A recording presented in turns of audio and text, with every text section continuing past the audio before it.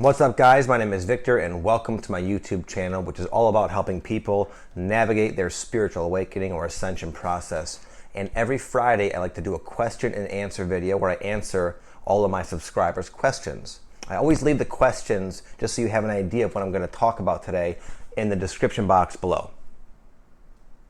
Someone asked me that they fear that their ascension is taking too long.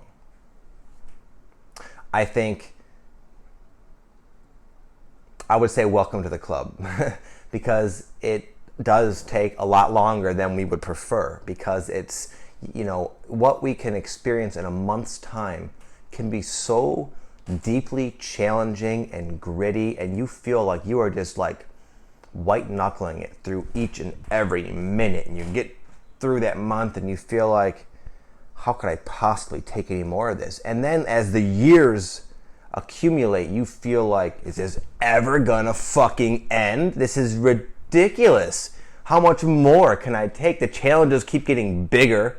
I keep getting stretched beyond what I thought my limits were, and how am I gonna go on another second, let alone another several years? As the years accumulate, you start to wonder, is this how life is? Will my entire life be this miserable purging? So it's normal to feel that way, man.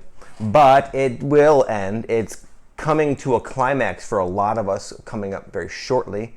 And you just have to hang in there, buddy. It's part of the process, man. It's a big thing we're doing. This process of ascension is not a little thing. Shifting dimensions from being so cloaked in the 3D darkness and to just propel ourselves into the light, it's no easy task. And to raise our vibration, the implications of raising our vibration it's crazy. The amount of stuff we have to let go of, the degree in which we have to transform ourselves is massive. So just appreciate what you're attempting to do and what you're doing. And don't worry about when. Someone mentioned that they're attempting to get into their past lives, and they're kind of getting somewhere, but they're being met with a lot of the feeling that their past lives are pretty freaking dark, and they're a little bit hesitant to do it, but they feel they need to and they want to. Here's the thing, guys. Many of your past lives are horribly dark. I've gone into a lot of mine, and trust me, they are fucked up. I'll just go into one real quick. The first past life I was ever able to go into was I found myself in this forest, and I noticed I had these real weird shoes on. And I was like, okay, wow, I'm looking around, I'm in the woods, it's kind of like nighttime, I look in, there's a house. This guide of mine, this therapist lady, said, go to the house, go see what's up.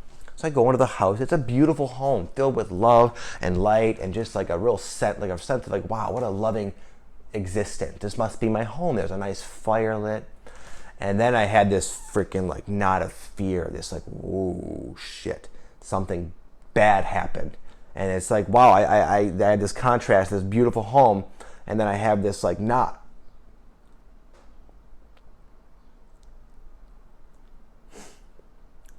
So I was guided to go outside, and I walked outside, and I saw there's a car that had been on fire, and it was my whole family, my children, my daughter, my wife. They had apparently gotten into a car crash, and the whole thing caught on fire, and they died.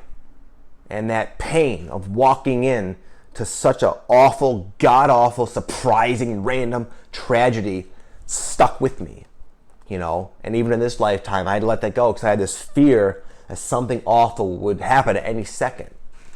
So I didn't really answer your question because you saw that did have relevance for me to go into that. But you saw how awful that was. And a lot of my other lives were just like that, just as bad. But prior to doing that, I felt a lot of synchronicity and guidance to go and release this past life stuff. I just knew. I just somehow woke up one day and knew I was supposed to go release this past life karma, yada yada. And I saw a past life therapist who did the method of Dolores Cannon, which is a real famous past life regressionist, and it worked. And I went into a half a dozen lives, and it was incredibly liberating. But in that session, I learned how like easy it kind of was to go into these past lives. So I started doing it on my own. Out of boredom, I'd go into past lives because it was easy. And some of my past lives were so twisted and so pointlessly dark and crazy that I don't want now. But those memories of them, no, they don't go away. They're stained in my brain forever. So, we have had thousands of lives. So it's not really pertinent and relevant to our journey usually to go into all the different lives. If you really feel like there's some kind of energy coming up, welling up, that needs release, that perhaps broadening your perspective by popping into a past life will help you see that more clearly and let it go, then do so. But don't feel that everyone needs to go into their past life just for the sake of it, because you will find utter darkness, especially if you had a lot of lives on this planet. I know some of you expressed that you have these glimpses of a truly like aligned and grounded and like an enlightened state of being. And then it goes away. You get all worried. Like, where'd it go? I want it back. What happened? It's a miserable contrast to experience, and yet it's completely normal. I've gone through this a million times. I mentioned in a previous video, when I first awakened, I had this experience at a concert where my heart chakra just exploded with energy. I felt my consciousness just expand. And I walked around for about a week with this afterglow, feeling so connected, so in bliss, and just so in the flow and so enlightened. And then it went away and was replaced with my ego re-flared up and re-took me over, and that was completely gone. And I was thinking like, God, how do I get that back? Where did it go? What did I do wrong? Not that you're not doing anything wrong. You just have to look at what you experienced is just a taste of what you will experience down the line in a chronic, permanent state, okay? We are in a period of transition, and that means within the individual, you can experience just a ridiculously wide spectrum of good and bad, enlightened, non-enlightened, ego, grounded, all these different, and everything in between. You're going to be all over the place. Sometimes you're really enlightened today, and then whoa, you're like in the depths of your own ego the next day, and then it's like, well, I feel better, but not so bad.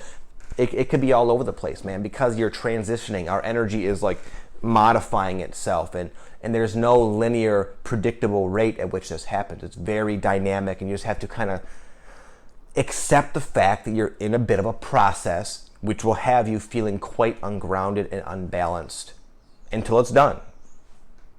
And I talked about this last video, but I get a lot of comments about like asking about like the Illuminati. Like, well, they're trying to stop the Ascension. They're trying to prevent us from making the shift into the new earth or the new dimension. What are we going to do? We got to prepare ourselves. And I make my perspective no secret. I don't water it down at all. I don't think this is relevant. I don't believe the Illuminati have even half the power that they might make you believe. And they are a dying breed. Their energy of darkness and control and fear and corruption cannot exist as these energies inundate the planet. They can't prevent the Earth's vibration raising. And they find themselves, as we all do, on planet Earth. Now, the fourth density energies are that of unification. They are integrated, holistic, harmonious. They are the direct opposite of that. You can label them as bad, but really they are negative energy. Their energy is of discord. It's exclusive. It is not integrated. It is not holistic. It is very sporadic and scattered. So they have no power in that. That mentality, that energy is virtually powerless compared to an energy that is holistic. And this holistic fourth density energy is building by the day, and they are going to collapse. There's nothing they can do. It's too late. They're done.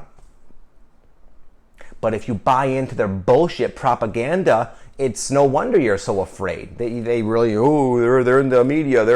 They got all these different actors and actresses, and they have all this power, and they control the banks, and they're going to start a World War III. And they're spouting their fear out. They're on their last limb, so they're ramping up They're fear porn. They're fear mongering to the 10th degree. And if you choose to view it and worry about what they're doing, then it's no wonder why you're filled with all this fear. And this fear is very real. I found myself in the midst of this fear energy myself, worrying about what they're doing, thinking that, wow, I'm ascending. They're going to come get me. They don't want people like me on this planet. It's again, you can experience that. You can have that experience, but you don't have to. So if others are, I'd recommend to the other people who are kind of on the fence, don't buy into this. Ignore the fucking Illuminati. They're not going to do anything. You'll find that years will go by and there will be no World War III. It'll just be one fearful idea spread into the mainstream after another with no real fruition. Someone asked me if they need to unlearn. They grew up in a very religious household with a lot of like biblical dogma, kind of imposed upon them at a very young age. And they're concerned that they're going to have to kind of unlearn all this stuff as a means to ascend. And I can't tell you whether you will or will not have to, because, again, the Bible is essentially meaningless. It's how do you interpret it? What do the words mean and represent to you? How does it make you feel? If a lot of what you were kind of forced to, if what was kind of indoctrinated into you causes the sensation of fear, then you will have to relook at that, because fear, the fundamental primordial energy of fear, does not align with this ascended state. And whatever beliefs you hold that represent fear energy in your being, you're going to have to let go of that. But it could just be a simple modification or a realization that particular parable or whatever doesn't need to be interpreted as a fearful response. Maybe you start to see it differently. There's a lot of wisdom and love and light in the Bible, as distorted and contrived and kind of like diluted it is. One who is really awake can glean the fundamental and spiritual essence of the words in the Bible. Someone asked if they can complete their ascension without their Kundalini awakening. Some people feel they're on the ascension path, and then at the same time they watch some of the Kundalini videos and they think, well, I'm not having that happen. Am I really ascending? That it doesn't matter. The sensation of the Kundalini going through, which I talk about a lot, for me it was very forceful, as a lot of you know. That feeling is not literally your Kundalini energy or feeling, it's the energy itself bumping up against resistance, and that creates a friction, a sensation. So perhaps you have less resistance than I had, and your Kundalini is flowing and you just don't know it. But if you are ascending, then by definition your Kundalini energy is active. It's active in everybody, just to varying degrees. People who are awakening, it becomes highly active. And some souls prior to coming here choose to go through the awakening process very quickly. And therefore, as this Kundalini comes, there's a lot of resistance, and it's kind of more of a dramatic and forceful experience. But it doesn't have to be that way, okay? Someone mentioned that when they're watching television or listening to music, they can feel like a dark energy. And they wonder if, is the TV bad? Should I stop listening to the music? And this can be one of two things. One of them, many times this is the case, you have picked up the idea, probably from the New Age community, that TV is evil, TV is bad. They're trying to brainwash you through the TV and the music. The Illuminati has control of the music. So you bought into that fear. So when you watch your TV, it creates that fear. But is the TV in and of itself bad or a transmitter of low vibrational evil energy? No. Are certain channels and shows and stuff fairly out of alignment with someone who's awakening, like the Channel 7 News? Yeah, that's just a propaganda machine and spreading fear. So it depends on what you're watching. So in that sense, if you're watching a bunch of crazy, dark, fear-based shows, I'm not even saying movies. I'm not even saying you can't watch scary movies, because those can be artistic as well. But I'm saying the news and stuff. Yeah, I would personally, I wouldn't watch that kind of shit, because it's not even authentic or true accounts of what's going on. It's just a misconstrued message trying to make people afraid. But is all TV bad? No, there's brilliant movies and totally awesome TV shows out there right now. I know a lot of you guys really express, and I can totally relate with this, like just a disgust for how it is in our world, in your life, the people, the energies, just how it feels. You have a sensing of being a free spirit, and yet it makes you even more acutely aware of just how dense and restrictive, stifling this place is, and you just long to pop out of it, pop into the new earth. What's going on with you is you're becoming aware of this ego heavy wet blanket jacket you're wearing, and it feels awful. But in your awareness, you're discovering the different like aspects of it and slowly letting it go. So it's not that you're just going to lift off and pop out of here and escape. That's kind of like your mind wanting to escape. But what's going to happen is the opposite. You're going to become more firmly accepting of your jacket. And the more accepting you can become of who you are, where you are, what's going on, the less of a hold this ego blanket has on you. And then it'll eventually just kind of slough off on its own. And you will feel so free in the now on this planet. It's not that the planet is causing this. It's you. It's all the crap you're hanging onto. But you're aware of it. So that's a good thing. That's the first step of letting it go. Most people aren't aware that they have this big ego blanket. And therefore, they're not likely to let it go in this lifetime. But you're aware of it. You're so aware of it that you see it as being a miserable thing that you're carrying around that you're kind of stuck in. And that's a good thing. That's part of the awakening. You're waking up to this thing. And in waking up to it, you will start to push it away and let it go.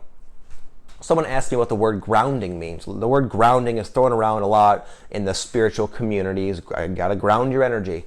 Just to answer your question quite simply, people are referring to we have the tendency to get really like in our heads a lot of like spiritual energy. You know, the spiritual energy that flows through us and that's coming into our body wants to like make its way upwards. And a lot of times it like pools up in our upper body, our upper chakras, our head. And it's kind of a heady and confusing and scattery experience. Your thoughts are a little bit more dreamlike, and you're just kind of like, you feel ungrounded. You feel like you're living in the clouds, living in like a dream, but you're awake. So grounding, it's just about bringing all that energy, which is causing all those symptoms I just described, back down into your body, back into your feet, your legs, and grounding it. So you can kind of have a more grounded, more down-to-earth experience, more like closely, where you more accurately perceive yourself in the place of in your place in the world. Somebody asked, are we shifting dimensions? Yes, we are shifting dimensions. What's happening is we are shifting into the fifth dimension. Some people call it fourth density, going from third density to fourth density, from the third or fourth dimension to the fifth dimension. It's just a higher vibrational plane of existence that we're all building towards. But it's a transition. There's going to be a little bit of a pop, I believe, where you kind of are in it all of a sudden, but it will be very hard to perceive by most people. And yeah, that's what's happening. That's why you're going through what you're going through. That's why everyone's awakening. That's why I have this YouTube channel. There's so many people becoming aware of this transition that's kind of happening with or without your attention of it. This is an interesting one. It's and I'm totally in the same boat. You know, parenting children while you're going through the wild craziness of your awakening. You worry, am I going to screw my kids up? You feel bad having these outbursts and all these things happen within you, and you just don't like the idea of your children witnessing that. And I don't either. I don't have an answer, man. It is tough, and yeah, they do see that. But what's the alternative? The alternative is all those things coming up were there. They were there prior, and they were influencing your life. As you know, letting go of them is going to allow you to be an awesome parent. Without tooting my own horn, I'm an awesome parent. So is my wife. Our kids are so confident, so like self-assured and unique because because of our own enlightening and awakening and whatnot, we can sense how to parent them very intuitively, and they're really just phenomenal children, even despite witnessing some of my chaos. So I always talk about how we are going through this like emotional catharsis, this emotional purging. And temporarily, these emotional energies that have been kind of held tightly start to bubble up and then temporarily take us over and sort of like embody us. And we're just kind of like paralyzed by it in a sense. I'm sure many of you can relate. Someone asked me that in that state, are you susceptible to like astral, fourth dimensional, negative entities and energy vampires? And in a sense, yeah, but only when you allow that belief to become like start ringing in your mind. Oh, I got to worry about this. So I would say that anything's possible, but nothing will happen to you. Even if that does happen, that's only to help you uncover the source of your darkness. So it's irrelevant whether they do or not, because when you're in a dark energetic state, it will manifest a little bit temporarily, but not that much. You know, in previous lives when we were more deeply unconscious and we had this process is always going on. The whole point of the earth realm is to learn and to grow and to evolve and to transcend your karma. So again, this is happening before, many lives ago, but deeply unconsciously. So when these energies rose up, you weren't aware that there was energy rising up, that your karma was being released. You just went about your life embodying this state, and then it would manifest in car accidents and crazy shit like that. But because you're aware of it now, you don't have to let it get to that point. It's coming up for you to see it, experience it a little bit, and then it's gone. It's no longer going to have to play out in this hardcore, dense 3D sort of way anymore. So even if there's an energy vampire you sense there, whoop-de-fucking-do. You'll get to the source of your energy and then they're gone. I've had that happen in the beginning, and I realized that they don't have any real power. These energy vampires. I had a lucid dream one time.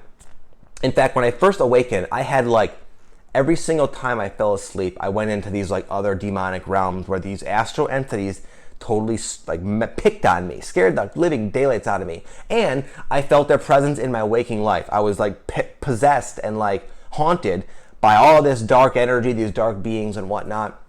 And one time, I don't know, I was watching a YouTube video and they said that like they prey on your fear.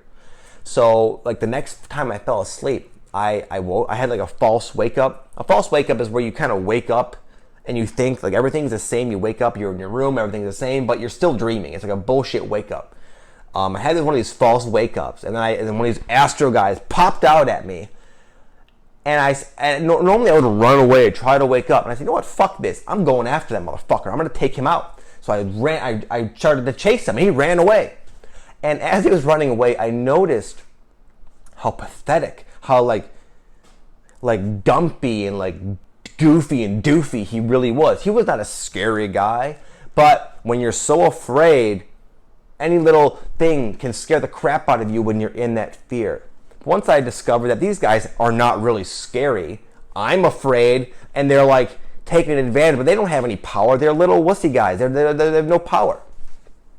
So now when an energy vampire or whatever comes into where I can sense the dark energy, I'm like, I don't even give a shit. It can't touch me. I have no fear of them anymore. And therefore they just come and they go. And you know, we're in the time of awakening, the time of transitioning, where all this crazy wild stuff can, yes, happen. But don't let it bring you down. Don't be afraid. And know that even if you find yourself afraid, it's only so you can get to the bottom of that fear and realize that there's no reason to be afraid at all. There never has been a reason to be afraid because they have no power. And once you get over that, you'll feel very empowered. And then when other situations happen that might have been labeled as scary, you'll reflect upon your courage and strength in overcoming that challenge, and you'll realize, wow, it just, for the purpose of making you more of a badass, more strong, more empowered, more impervious to any darkness, more impervious to what's going on in your life. This is happening. Oh, he said this. Doesn't matter. You'll be so firmly grounded and planted in your being that nothing will be able to penetrate your awesome bubble.